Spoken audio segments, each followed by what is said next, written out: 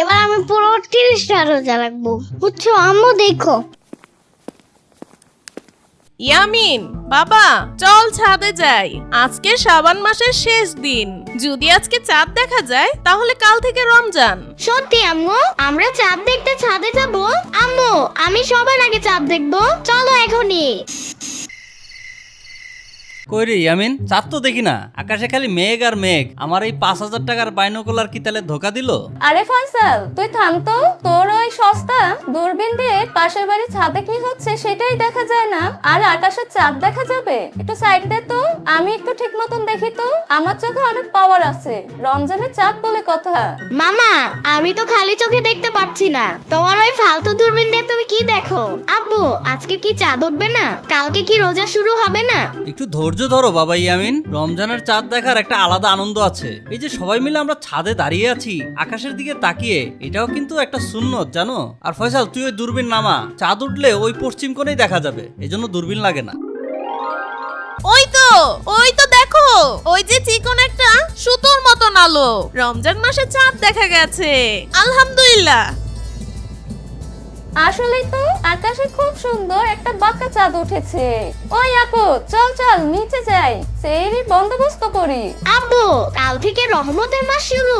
একদম ঠিক বলেছিস বাবা ইয়ামিন, আমাদের নবীজি সাল্লাল্লাহু আলাইহি সাল্লাম বলেছেন রমজান মাসের প্রথম 10 দিন হলো রহমতের বা আল্লাহর দয়ার দিন। আর এই 10 দিনে আল্লাহ তার বান্দাদের উপর অঝোর ধারায় রহমত বর্ষণ করেন। এর পরের 10 দিন হলো মাগফিরাতের বা ক্ষমার, আর শেষের 10 দিন হলো নাজাত, জাহান্নাম থেকে মুক্তির জন্য। আরে ভাইগনা ইয়ামিন, তুই কি জানোস এই মাসে কত বড় অফার চলে? দুনিয়ার কোন সুপার শপে তুই এমন মেগা ডিসকাউন্ট পাবি না, বুঝছস? অফার মানে কি মামা? রমজান মাসে কি দোকানে জিনিসপাতির দাম কমে যায়? ইয়ামিন তোমার মামা দুনিয়াবি অফারের কথা বলছে না বাবা, সওয়াবের অফারের কথা বলছে। রমজান মাসে যে কোনো নফল বা সুন্নত আমল করলে এটা ফরজের সমান সওয়াব পাওয়া যায়, আর একটা ফরজ কাজ করলে অন্য সময়ের চেয়ে 70 গুণ বেশি সওয়াব পাওয়া যায়। আল্লাহ আমাদের আমলনামায় তা লিখে।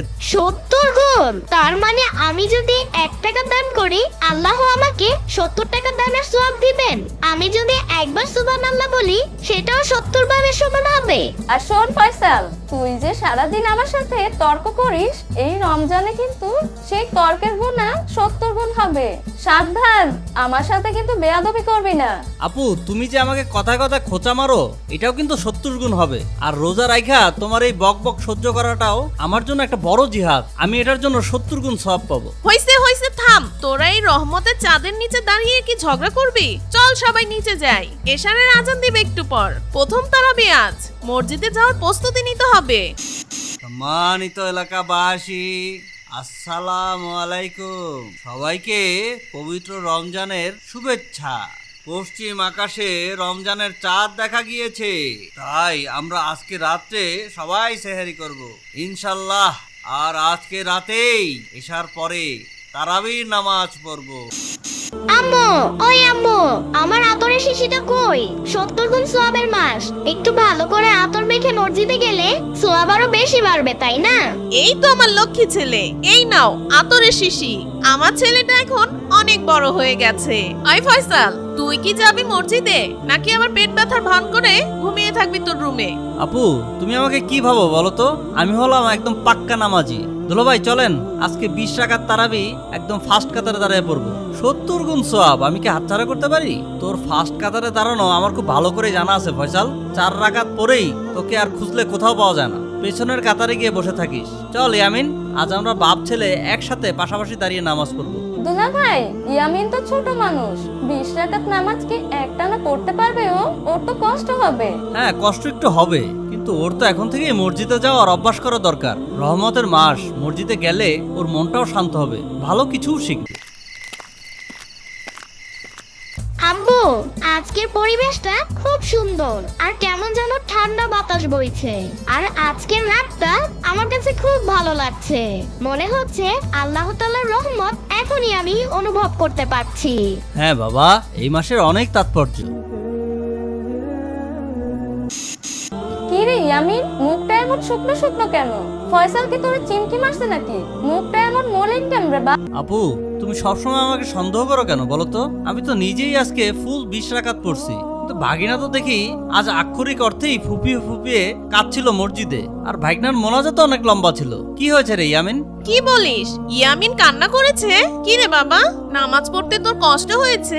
পায়ে ব্যথা পেয়েছিস? নাকি 20 রাকাত নামাজ পড়তে তোর অনেক ক্লান্ত লেগেছে? তুই তোর বাবাকে বলতে পারিস নাই? আমি তো আগেই বলেছিলাম আমার ছেলেটা এখন ছোট, ওকে নিয়ে যেও না তুমি কষ্ট করে।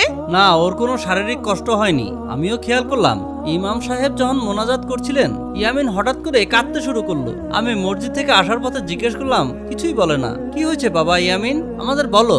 না আম্মু, আমার নামাজ পড়তে একটু কষ্ট হয়নি।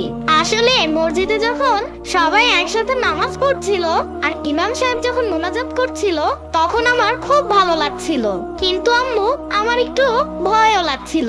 ভয় লাগছিল মানে কি রে বাবা? মসজিদে কিসের ভয়? ভয় না সাম্বা, আব্বু যে ছাদে বললো এটা রহমতের মাস, আল্লাহ নাকি এই মাসে সবাইকে ক্ষমা করে দেয়। সবার দিকে দয়ার দৃষ্টিতে তাকান।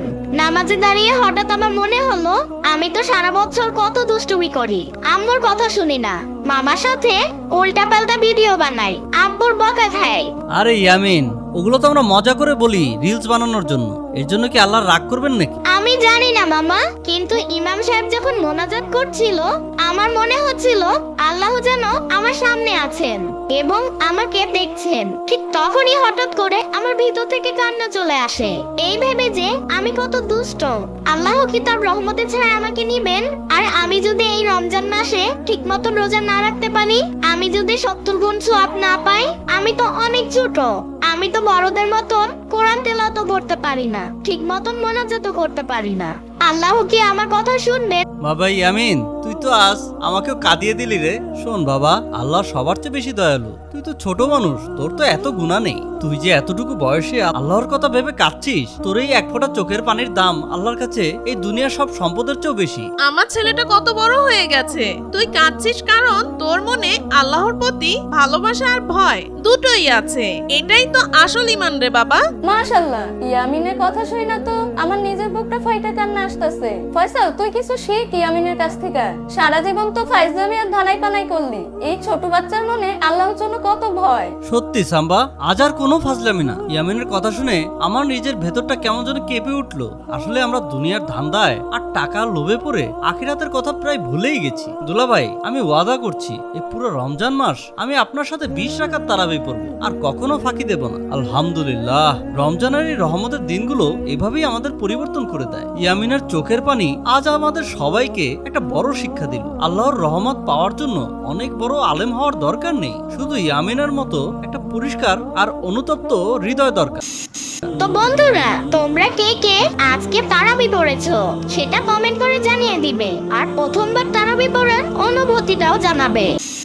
আব্বু, তার মানে আল্লাহ আমার কান্না দেখেছেন, তিনি আমাকে রহমত করবেন। অবশ্যই বাবা ইয়ামিন, আল্লাহ তোমার কান্না দেখেছেন।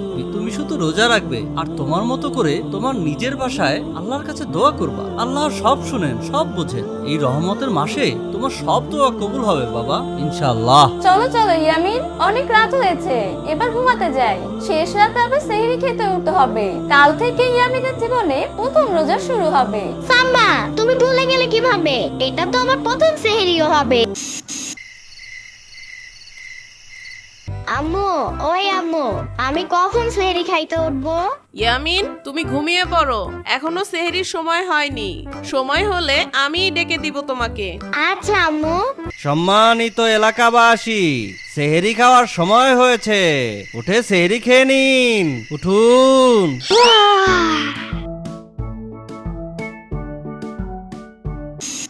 এবার আমি পুরো 30টা রোজা রাখবো। না ইয়ামিন, তাড়াতাড়ি খেয়ে নাও, আর বেশি কিন্তু সময় নেই, তাড়াতাড়ি খেয়ে নাও।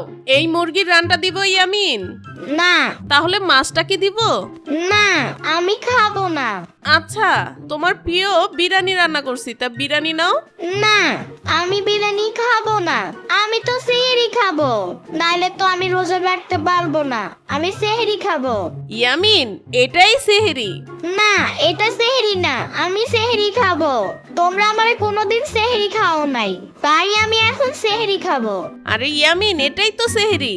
মানে? রোজা রাখার উদ্দেশ্যে ভোর রাত্রে আমরা যে খাবারটা খাই সেটাকেই সেহরি বলা হয়। তাহলে আম্মু আমারে বিরিয়ানিটা দাও। সেহেরি খাওয়ার আর মাত্র 10 মিনিট বাকি আছে। সবাই সেহেরি শেষ করে নামাজের জন্য প্রস্তুত হন। এবার আমি পুরো 30টা রোজা রাখবো, বুঝছো আম্মু? দেখো। আচ্ছা ঠিক আছে, দেখবো নে। 30টা রোজা রাখো না একটা রোজা রাখো, তারপরেই দেখা যাবে। আর মাত্র 4 মিনিট বাকি আছে। খাইলে খান, না খাইলে নাই। আজান দিয়ালামু। ইয়ামিন তাড়াতাড়ি বিরিয়ানি খাওয়া শেষ করো, শুনলা না আর 5 মিনিট সময় আছে, তাড়াতাড়ি খেয়ে নাও। আজকের বিরিয়ানিটা খুব ইয়ামিন হয়েছে। এই আম্মু সালাদ কই? আরে খাওয়া শেষ, এখন সালাদের খবর নিয়ে আসছে। সেহেরি করার আর মাত্র 3 মিনিট বাকি। সালাদ নেই, তাড়াতাড়ি, সময়ও নেই, খাওয়া শেষ কর। সেহেরি করার আর মাত্র 2 মিনিট বাকি। সময় শেষ হয়ে যাচ্ছে, তাড়াতাড়ি খাবার থেকে উঠে যাও। আর মাত্র 1 মিনিট বাকি। আর মাত্র 30 সেকেন্ড বাকি। আজকে সারাদিন আর ক্ষুধাই লাগবে না। আম্মু আজান দিবে কখন? একটু পরেই আজান দিবে ইয়ামিন। আম্মু আজান দেয় না কেন? একটু পরেই তো আজান দিবে। একটু পর কি হয় নাই আম্মু? আরে আরেকটু পর আজান দিবে।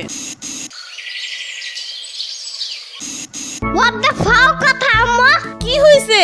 এখনো মাগরিবের আজান দেয় না কেন? ইফতারি করব না? হ্যাঁ আমি তো ইফতার বানাইতেই আছি। একটু পেয়ারা খাইতে পারি মা? ওই তোর রোজা রাখতে বলছে কে? তুই কিচ্ছু খাইতে পারবি না, রোজা রাখলে কিছু খাওয়া যায় না মাগরিবের আজানের আগে, বুঝছস? এই ইয়ামিন, এই ইফতারগুলো নিয়ে যাও তাওফিদের বাসায় দিয়ে আসো। আন্টি আম্মু আপনাদের জন্য ইফতার পাঠিয়েছে আর থালাটা এখনই দিয়ে দিতে বলেছে। আচ্ছা ইয়ামিন, এখনই থালাটা দিয়ে দিচ্ছি। কিন্তু আন্টি আমি বলি থালাটা এখনই দিয়েন না, আপনাদের ইফতারে আমাদের এই থালাতে দিয়ে দিন। ইয়ামিন কি বললা? না আপনারা আমাদের ইফতার দিবেন না, তখন কষ্ট করে আপনাদের প্লেট দিতে হবে না, আমাদের এই প্লেটে ইফতার দিয়ে দিতে পারেন। আচ্ছা ইয়ামিন, তুমি কি রোজা রেখেছো? হ্যাঁ আন্টি। সম্মানিত রোজাদার ভাইয়েরা, আপনারা মসজিদে চলে আসুন। আপনাদের জন্য মসজিদে ইফতারির ব্যবস্থা করা হয়েছে। আম্মু মসজিদে কি ফ্রিতে ইফতার করাবে? হ্যাঁ ইয়ামিন, যারা বাসায় ইফতারের ব্যবস্থা করতে পারে না তাদের জন্য মসজিদে ইফতারের ব্যবস্থা করা হয়। আসো আমরা সবাই ইফতার সামনে নিয়ে দোয়া করি। আম্মু তুমি কি দোয়া করলে? ইয়ামিন, আমি দোয়া করলাম আল্লাহ তাআলা যেন আমাদের সব গুনাহ মাফ করে দেয় আর তোমার বাবা যেন হালাল রুজি করতে পারেন আর সবাই যেন সুস্থ থাকেন আর যারা কবরবাসী আছেন সবাইকে যেন আল্লাহ তাআলা তাদের কবরের আযাব মাফ করে দেন আর সবাইকে জান্নাতবাসী করেন আর সব মুসলমানগণ যে যেখানে আছেন সবাই যেন সুখে শান্তিতে থাকতে পারেন। আমিন। বন্ধুরা কেমন লাগলো আজকের গল্প সেটা কমেন্টে লিখে দিবে, কিন্তু সাথে তোমার নামও লিখবে। গল্পটি ভালো লাগে থাকলে একটা লাইক আর চ্যানেলটি সাবস্ক্রাইব করবে। ধন্যবাদ বন্ধুরা, ভালো থেকো।